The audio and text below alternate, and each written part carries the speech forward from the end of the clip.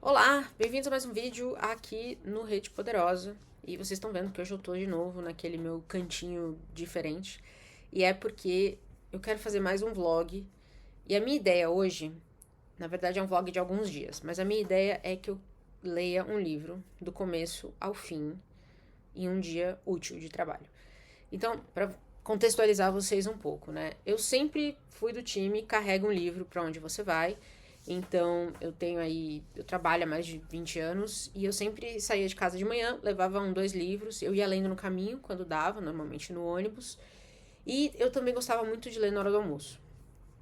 Eu sou do time de chegar cedo no trabalho. Então, 7 horas da manhã, eu já tava lá e eu adorava o silêncio, assim. Eu adoro chegar no escritório e não tem ninguém, basicamente. Muitas vezes era só eu e a tia da limpeza que tava lá. E aí eu gosto de sentar, tomar um cafezinho, ler um pouquinho, ou ler notícia, se não quiser ler um livro, né? Ler uma notícia, ou ler os e-mails com calma, enfim. Começar o dia com calma pra mim sempre foi muito importante. E a literatura sempre fez parte disso.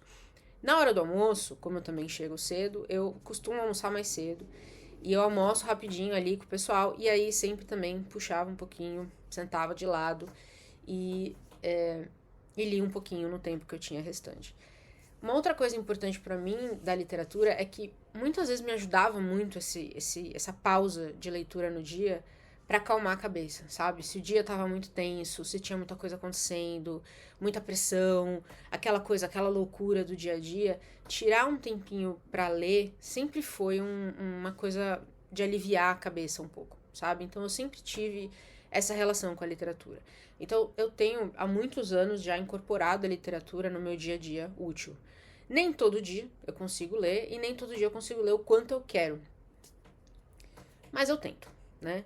E a minha ideia para esse vlog já faz alguns meses que eu tô trabalhando 100% remoto. E eu acho que ficaria, nesse caso, mais fácil de eu incorporar a literatura no meio do meu dia, assim. Não preciso só ler no final do dia, por exemplo. Uma outra coisa é que eu também tô trabalhando em um fuso horário diferente. Então eu começo a trabalhar um pouco mais tarde do que eu costumo e termino um pouco mais tarde. Então, como eu ainda acordo cedo, eu tenho um pouquinho da manhã ali livre para eu poder ler, se eu quiser. Então minha ideia eu quero tentar ler um livro por dia, por 5 dias úteis, tá? Então, se eu começar a ler o livro 7 horas da manhã, eu tenho até meia-noite para terminar. Se eu começar a ler o livro 7 horas da tarde, da noite, eu tenho até meia-noite para terminar. Então, a ideia é essa. E aí eu andei ali pela minha estante procurando alguns livros que eu acho que seriam viáveis de você começar e terminar no mesmo dia. Então, eu peguei 10, né? Porque se eu conseguir terminar mais de um, eu começo o outro. Já eu vou tentar ler o quanto eu conseguir nesses 5 dias úteis. Bom, hoje é terça-feira que eu vou começar a gravar esse vídeo. São 1 da tarde, então eu tive uma manhã bem corrida, tem bastante coisa acontecendo. Hoje é bem o clássico, a loucura está solta.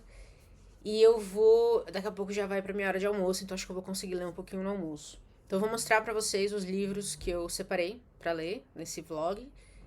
E vou ler o máximo que eu puder desses 10 que eu separei. Uma coisa importante, como eu disse, eu fui só andando na minha estante puxando os livros curtinhos, assim. Eu não olhei gênero, autoria, nada disso, tá? Eu só fui pegando os livros até eu chegar em 10. Basicamente foi isso. Se der certo esse vídeo, o que eu posso fazer... Eu posso tentar fazer temáticos. Eu fiquei pensando nisso depois, mas eu já tinha separado esses, então eu vou ler esses. E aí depois eu posso pensar, se der tudo certo, em fazer de outros temas. Enfim, livros curtos de temas específicos. É isso. Mas vamos lá. Os livros que eu peguei. Sul e Oeste, da John Didion. História de Livros Perdidos, do George Van Straten. A Mercadoria Mais Preciosa, do Jean-Claude Grunberg. A Literatura como Turismo, do João Cabral de Melo Neto. Altos Voos e Quedas Livres, do Julian Barnes. Parque Industrial, da Pagu. Fim de Poema, do Juan Talon. Acho que o Caio falou desse livro em algum vídeo. Come Terra, da Dolores Reyes. Vasto Mar de Sargassos, do Jean Rhys. E Knoop, do Hermann Hesse. Então é isso. Eu vou pegar qualquer um pra começar. São livros que eu quero ler, então qualquer um que eu começar tá tudo certo. E aí eu conto pra vocês como vai ser esse vlog. Espero que eu consiga ler pelo menos um livro, né, pra não ficar muito chato. E é isso. Nos vemos em breve.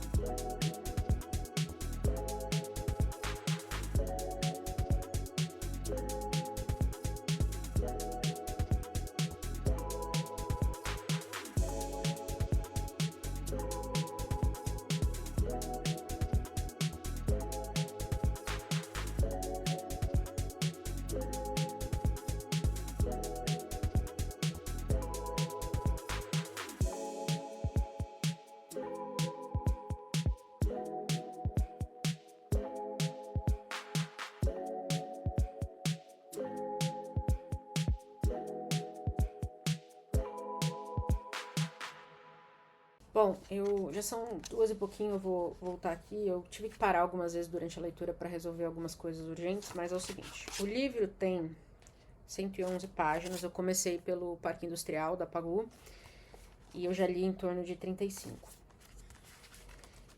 Eu não sabia muito bem o que esperar, eu conheço a história da Pagu, mas eu nunca li nada dela, e eu acho que esse aqui é o livro mais emblemático dela, né, talvez mais famoso.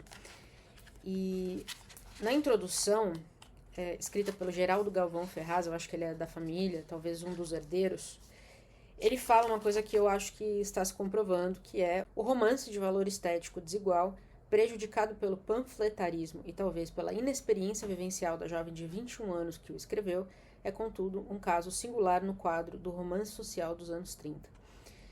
E eu acho que essa questão da falta de vivência e de ser muito panfletário mesmo, eu acho que é muito claro que quando você vê que é uma jovem de 21 anos que escreveu isso aqui, eu acho que tá bem claro o ponto de vista dela, né?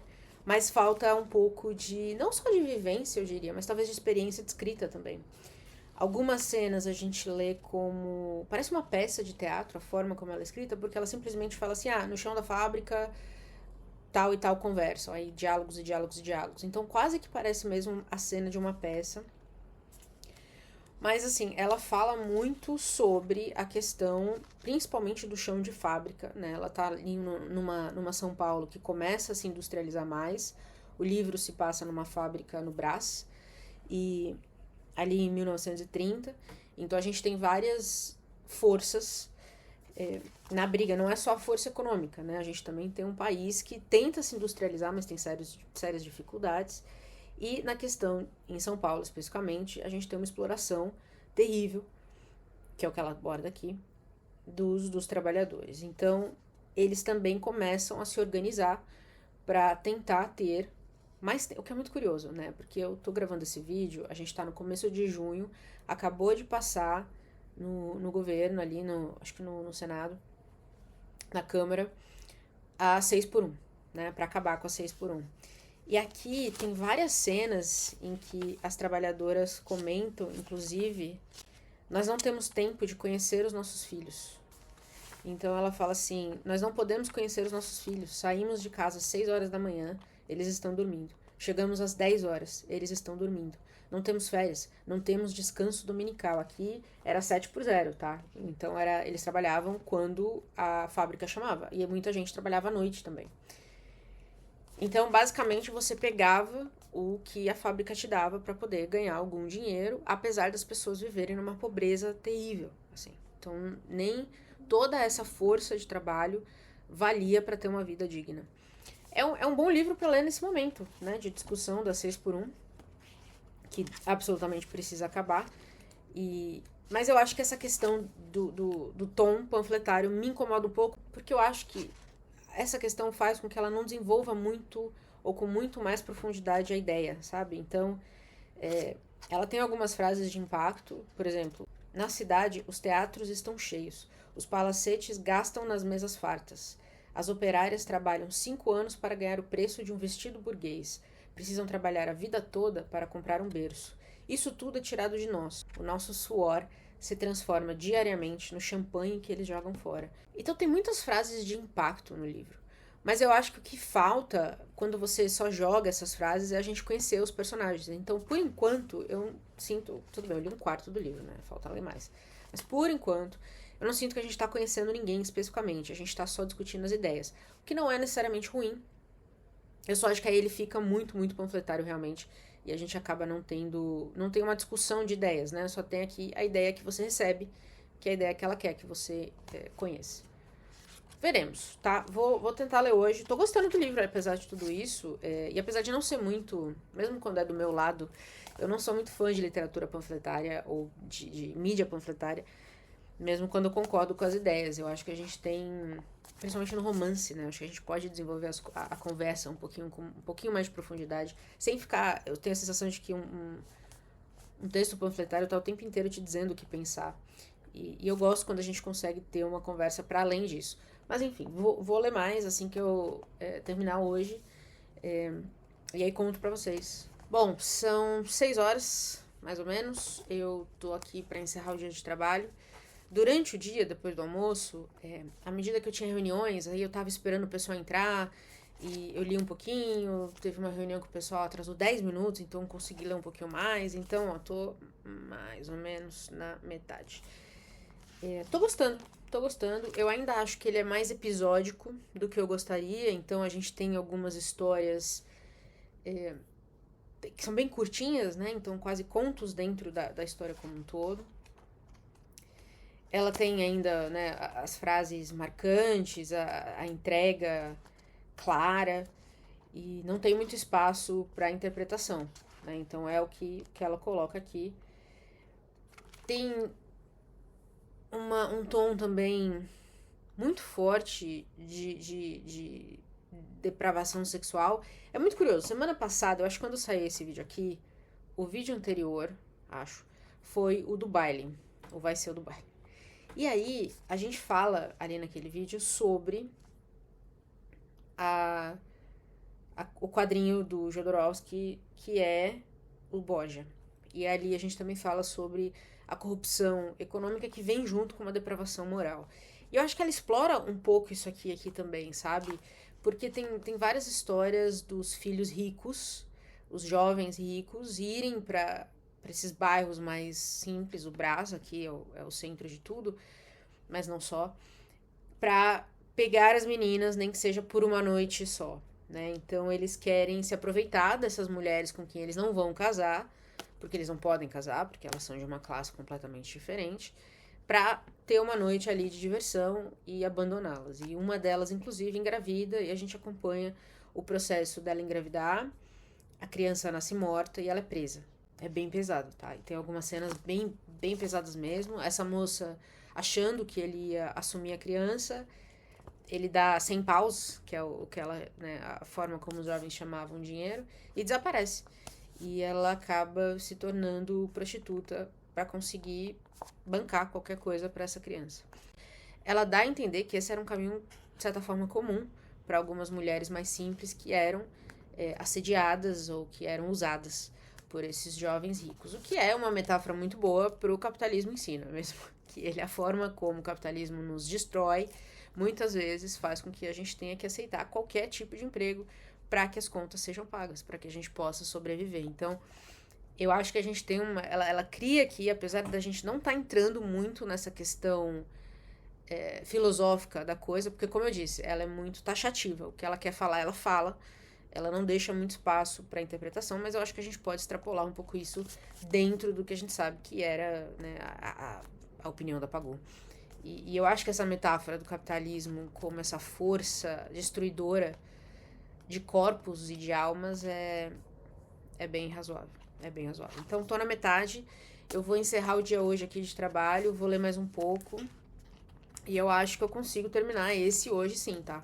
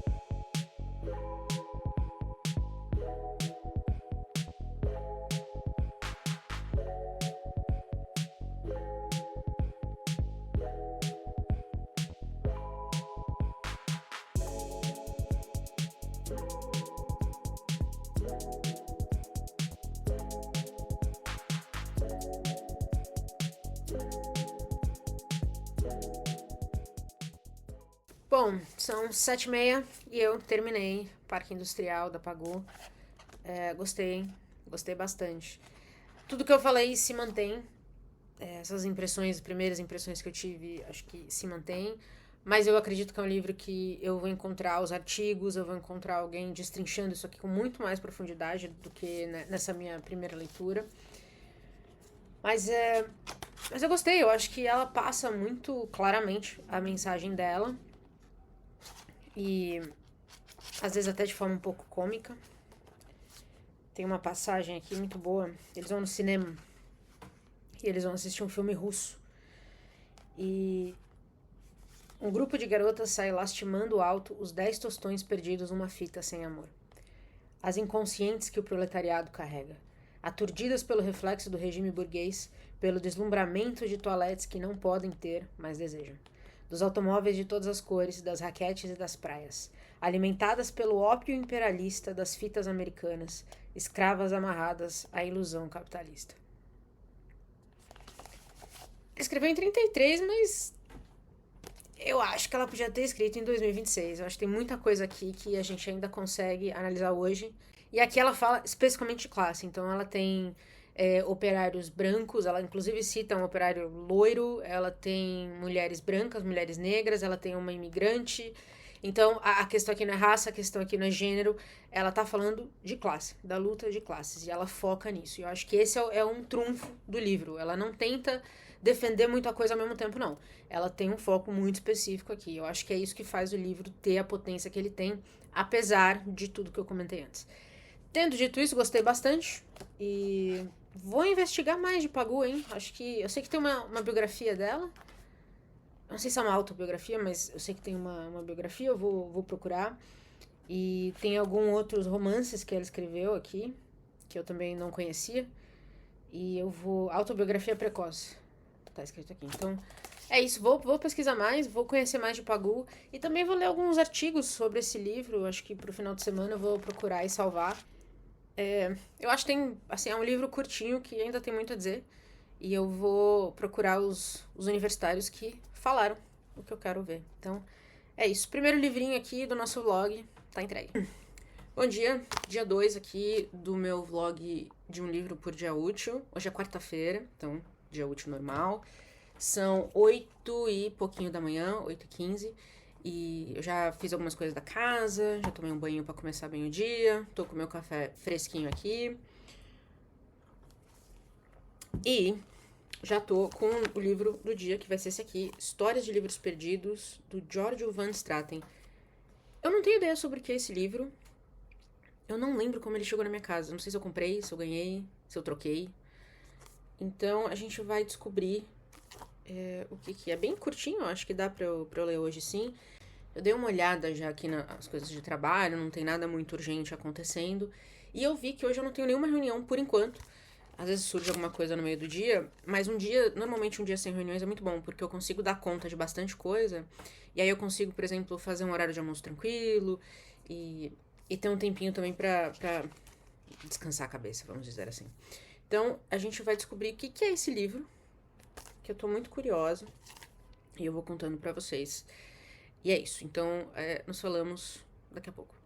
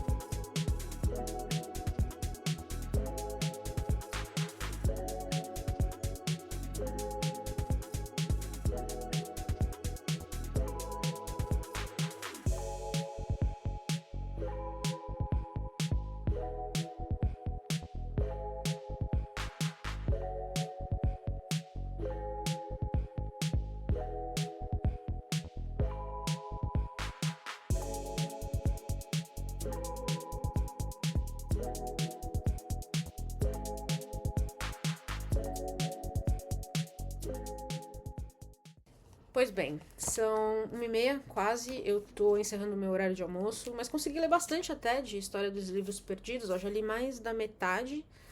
Eu tô na página 68, vai até a 106, então acho que eu consigo terminar hoje sim. E aqui ele conta exatamente isso, a história de livros que poderiam ter sido. A primeira história, inclusive, é sobre um autor italiano que eu não conhecia, chamado Romano Bilenchi, que era amigo do Von Straten. E aí o Romano chama ele e deixa ele ler um manuscrito que ainda não tinha sido publicado, que ele estava revisando. E pouco tempo depois ele morre. O autor morre e o manuscrito fica com a esposa dele, que fica anos pensando o que fazer com aquele manuscrito, né? Porque ela acredita que se o marido não terminou e não publicou, é porque não era para ser publicado. E aí ela morre e a gente, quando os amigos dele, do autor, vão procurar esse manuscrito, descobrem que ela queimou. Então, esse é um livro que 5 pessoas no mundo leram. E quando essas pessoas morrerem, essa história também vai desaparecer. Então, o livro todo, o mote do livro, são esses livros que poderiam ter sido. Ele conta, por exemplo, sobre os manuscritos roubados do Hemingway, que foram as primeiras escritas dele, que foram roubados numa estação de trem em Paris e nunca apareceram até hoje, então provavelmente já foram destruídos. Ele conta a história do Bruno Schulz, que é um autor judeu da Polônia, que foi assassinado por nazistas, e dizia-se que a grande obra-prima dele, chamada O Messias, foi enterrada, né? Não que ele enterrou, né? Na verdade que ele escondeu. Só que até hoje nunca foi descoberto. Então chegam até a duvidar se existe mesmo o livro, né? Ou se talvez ele começou a escrever, mas não conseguiu terminar. Então é essa história. E eu adoro livros sobre livros, então tá sendo muito legal. Algumas histórias eu já conhecia, do Hemingway eu já tinha ouvido falar, a do Bruno Schulz eu já tinha ouvido falar. Ele fala de Almas Mortas também, que eu nunca li Almas Mortas do Gogol, mas ele diz que, na verdade, Almas Mortas deveria ser uma trilogia.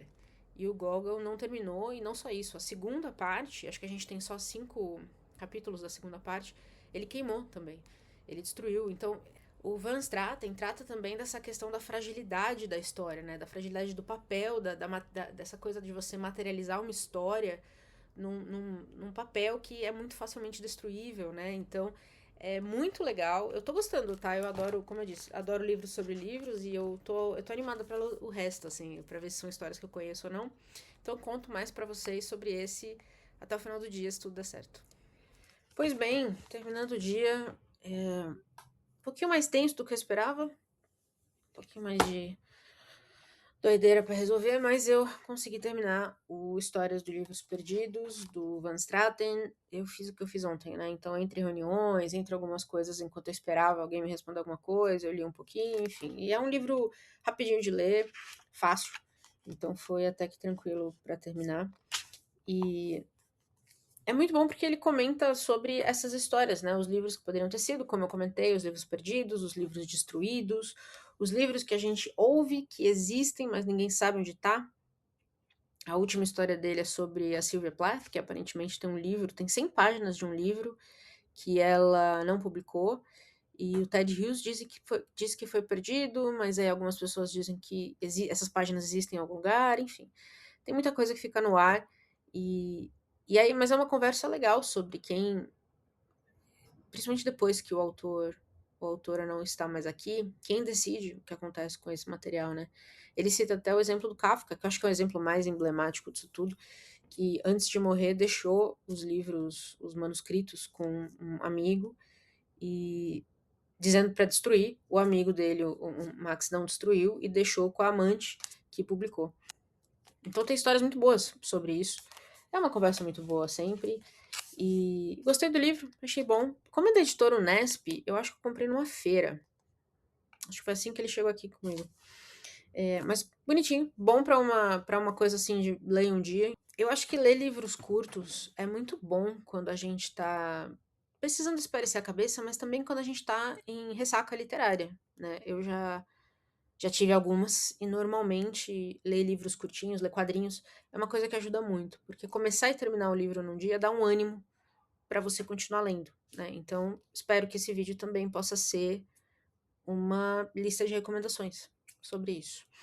E é isso. Sexta-feira eu trabalho normal, amanhã é feriado, então sexta-feira eu volto para ler mais um livro. Bom dia! Hoje é sexta-feira, pós-feriado. Eu estou super bem-humorada. Eu amo sexta-feira. Sexta-feira é meu melhor dia da semana, meu dia preferido da semana. E ontem eu não li, obviamente. Eu não li para esse vídeo, né? Eu li outro livro. Mas eu ainda tô aqui com os meus livrinhos curtinhos para tentar ler mais um hoje. Eu acho que eu vou ler Sue West da John Didion.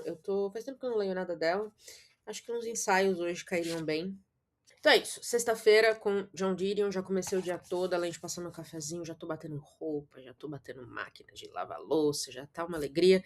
Sexta-feira eu tô sempre animada pra fazer tudo. Então vai ser legal poder ler um pouquinho antes do trabalho, porque eu não fiz os outros 2 dias. Então eu também não faço sempre, porque normalmente de manhã eu tiro pra adiantar essas coisas da casa. Então é isso. Nos vemos daqui a pouco.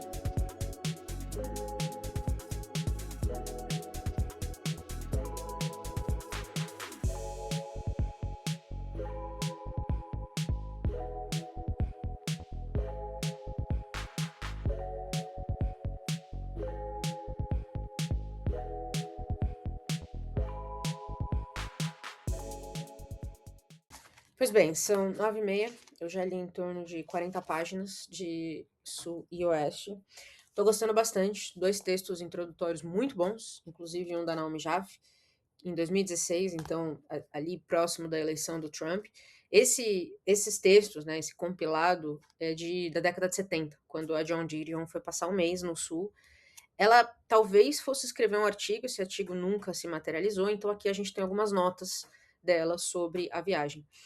E ela vai para o Sul para tentar entender esse Sul profundo e a forma como ele talvez explique os Estados Unidos.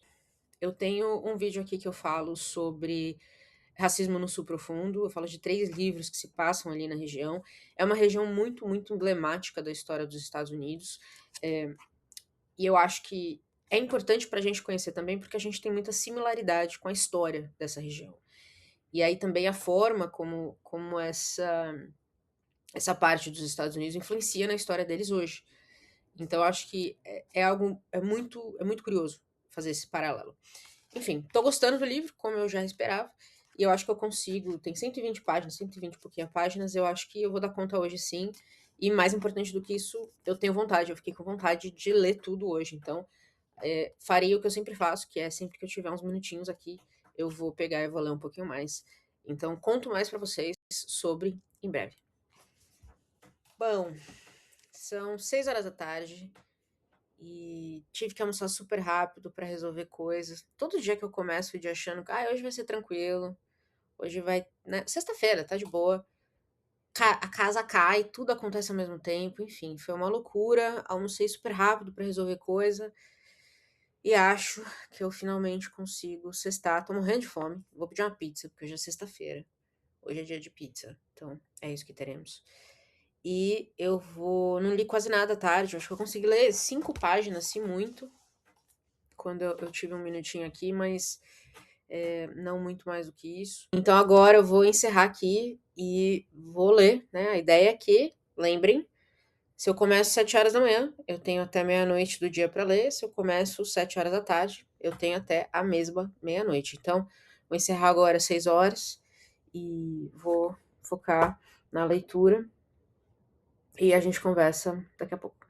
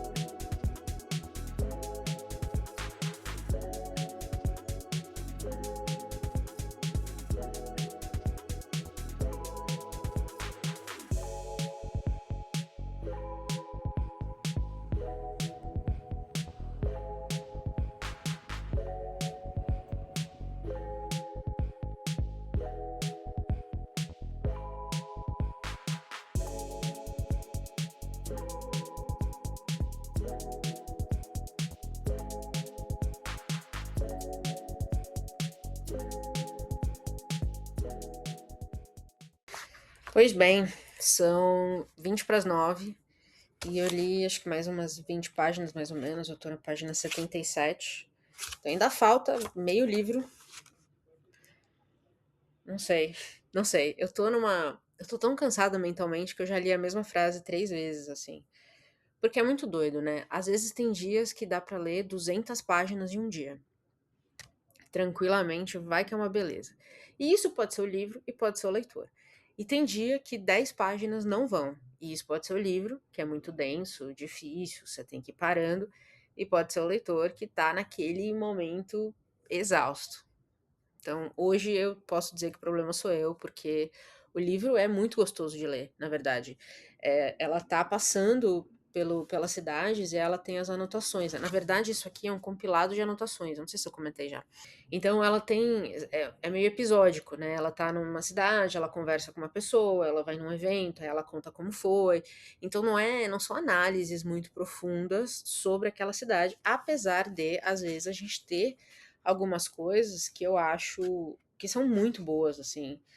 É, ela tá no sul, ela identificou que tem essa questão do sul ter uma cultura muito própria, muito insular, assim, eles se sentem bem só com eles mesmos, e eles sentem um certo preconceito vindo do norte, por N questões, né, por N questões. E historicamente, isso acho que a gente pode dizer que é real. Então, ela falou que muitas vezes ela dá exemplos das pessoas, quando conversam com ela, elas já chegam pra falar com ela na defensiva, assim, sabe? Eu sei o que você espera do Sul, mas o Sul não é isso. Uma coisa nesse nível. É muito curioso. E como eu disse, eu acho que a gente tem paralelos muito fortes com o Brasil, de verdade, principalmente essa questão de culturas insulares, assim, culturas que se fecham nelas mesmas, eh, para se proteger um pouco do preconceito que elas sofrem, né. O sul profundo dos Estados Unidos, ele é majoritariamente negro, então existe sim um preconceito até hoje muito forte. E tem a questão que ela comenta que em vários lugares ela vê a bandeira da confederação, né, ou seja, a gente tá aqui na década de 70, é importante lembrar. Mas ela diz que ela vê muito dessa coisa da história deles à flor da pele, o tempo todo. Então é muito curioso, acho que a gente tem muitos paralelos, inclusive dentro do Brasil daria pra fazer isso em várias partes, assim, do Brasil. E é isso, eu tô na página 77, eu já jantei, já fiz tudo bonitinho, fiz um chazinho de menta agora pra dar aquela acalmada, pra começar a, né, espairecer a cabeça e ver se eu consigo dar conta do resto aqui, hoje ainda, conforme o que a gente combinou. Então, veremos, conto pra vocês em breve.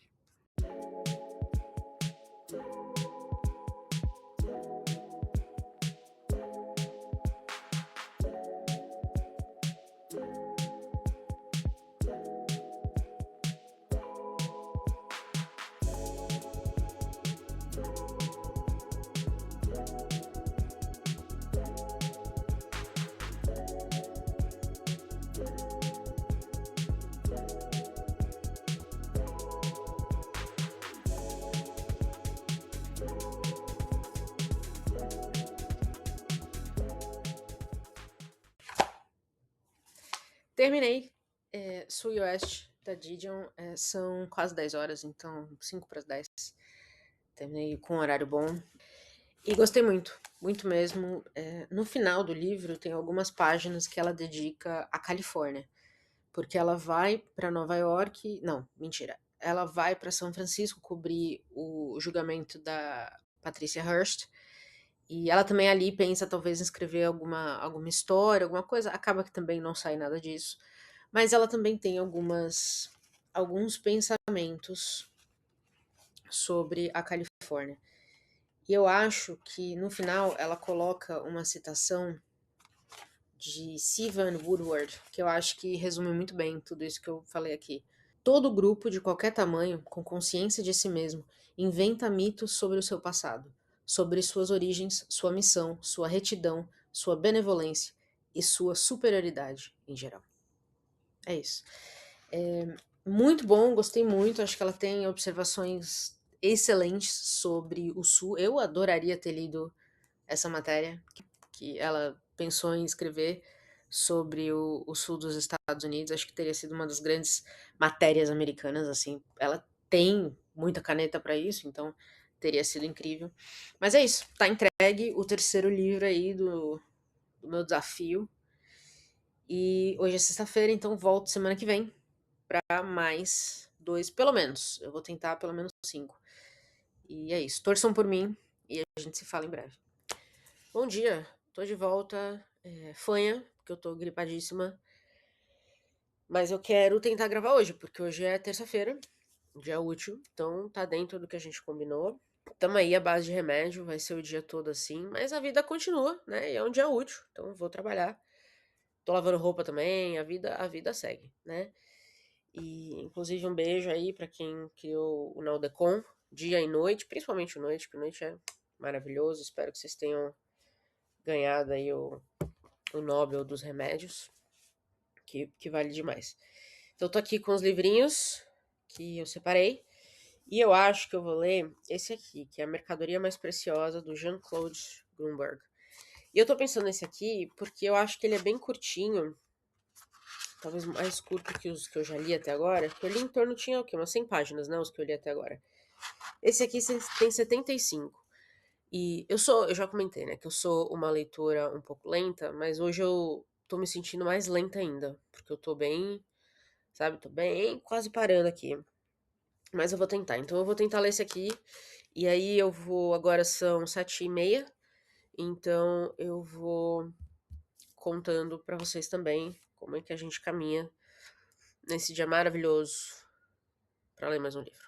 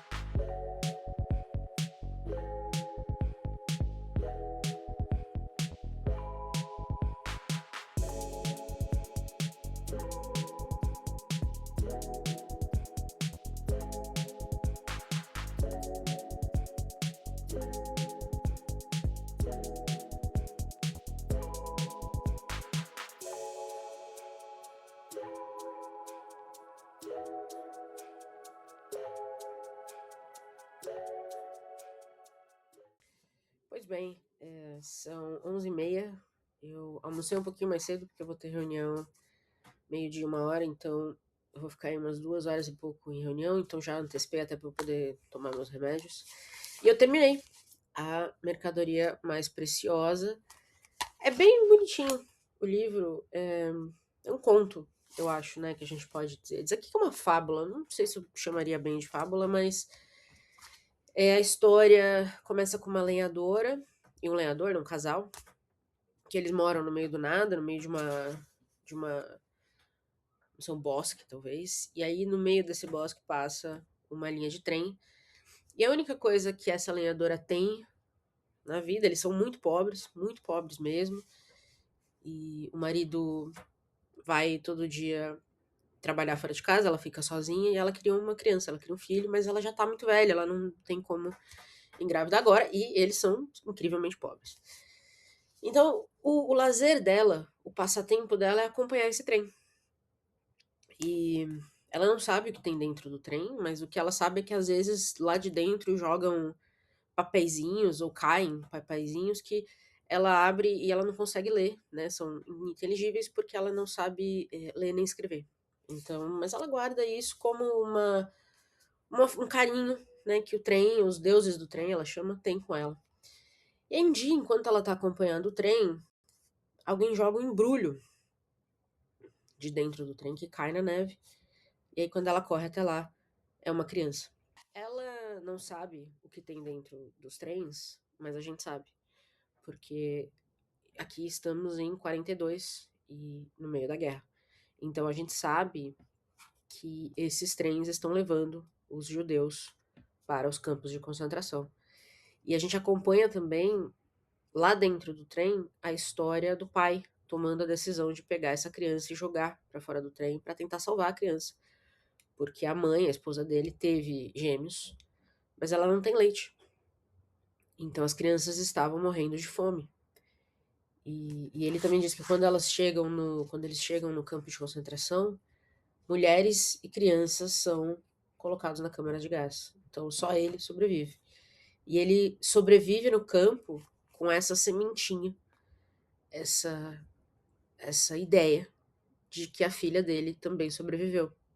E enquanto isso, a gente também acompanha a lenhadora cuidando da criança.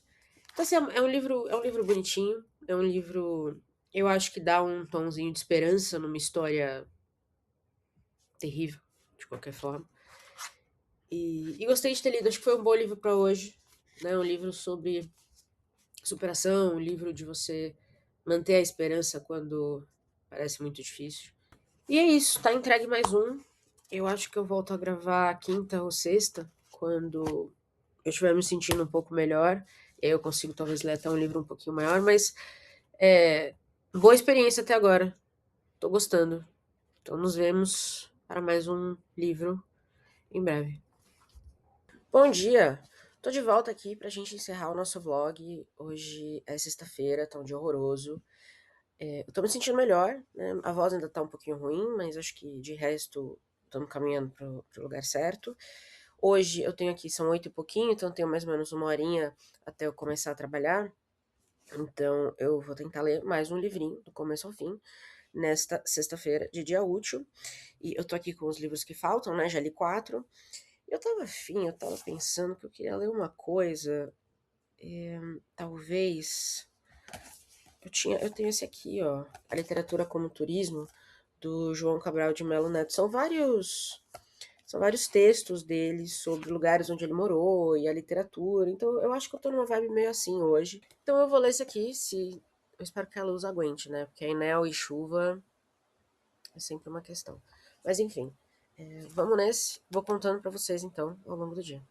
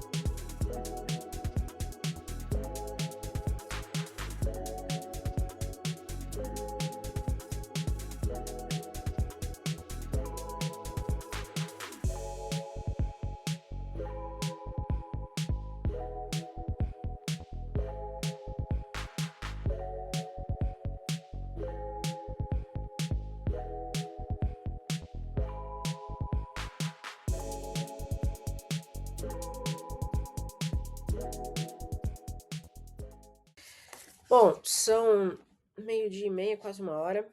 Eu tirei meu tempinho de almoço também, almocei rapidinho para ler e terminei o A Literatura como Turismo. Belíssimo livro.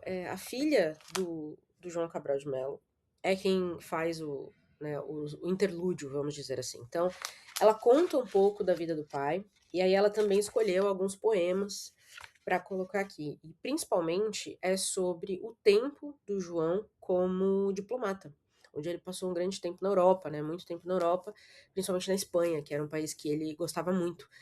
E aí aqui é muito bonito de ver como ele se deixava impactar pela cultura. Ele tinha muito interesse, por exemplo, pelo flamenco antes de ir para a Espanha, mas quando ele chegou lá, ele conheceu autores, ele conheceu pintores, ele conheceu a elite da cultura espanhola e ele se deixa impactar por isso, que eu acho que é uma das coisas mais importantes de viajar, né? É você poder é, internalizar um pouco daquela cultura, daquele povo.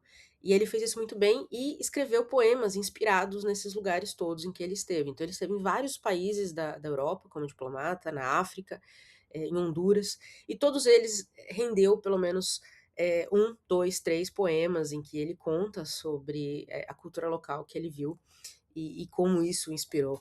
Muito bonito, eu acho que uma das coisas que eu mais gosto é exatamente isso, a literatura como viagem, acho que o tema é perfeito, como turismo, como viagem, como conhecimento de culturas. E aí me lembrou muito, eu fui até pegar na minha bagunça da estante, o Viagem ao País do Futuro, da Isabel Lucas. Eu já comentei desse livro aqui para vocês, eu acho, mas é muito bom. A Isabel Lucas é uma jornalista portuguesa que veio para o Brasil e passou acho que um ano aqui, e aí ela viajava pelos estados, e em cada estado ela ia conversar com autores, ela também né, com a elite cultural, vamos dizer assim, e ela lia um livro que tinha marcado aquele estado. E aí ela escreve uns ensaios sobre isso, sobre como foi visitar aquele estado e ler o livro que, né, representasse aquele estado também. Primeiro que o livro em si é belíssimo, então quem quiser um livro que é meio arte, assim, olha que belíssimo. Então é exatamente isso aqui, né? Ela usa o turismo, a viagem e atrela isso à literatura, que também fala um pouco da cultura local. Então me fez pensar muito nesse livro aqui que eu gostei bastante. E é isso, eu acho que com isso eu encerro aqui o meu vlogzinho de hoje. 5 livros para 5 dias úteis, ou 5 livros para ler em um dia. Tá aqui. Espero que vocês tenham gostado. Posso fazer mais um com os outros 5 livros que eu já tinha separado. Também, como eu falei, né? Pensei talvez talvez temáticos, né? 5 livros X de temas específicos para um próximo. Mas é isso. Nos vemos no próximo vídeo. Me deixem recomendações de livros para ler em um dia. Tô gostando muito da ideia. E nos vemos no próximo. Tchau.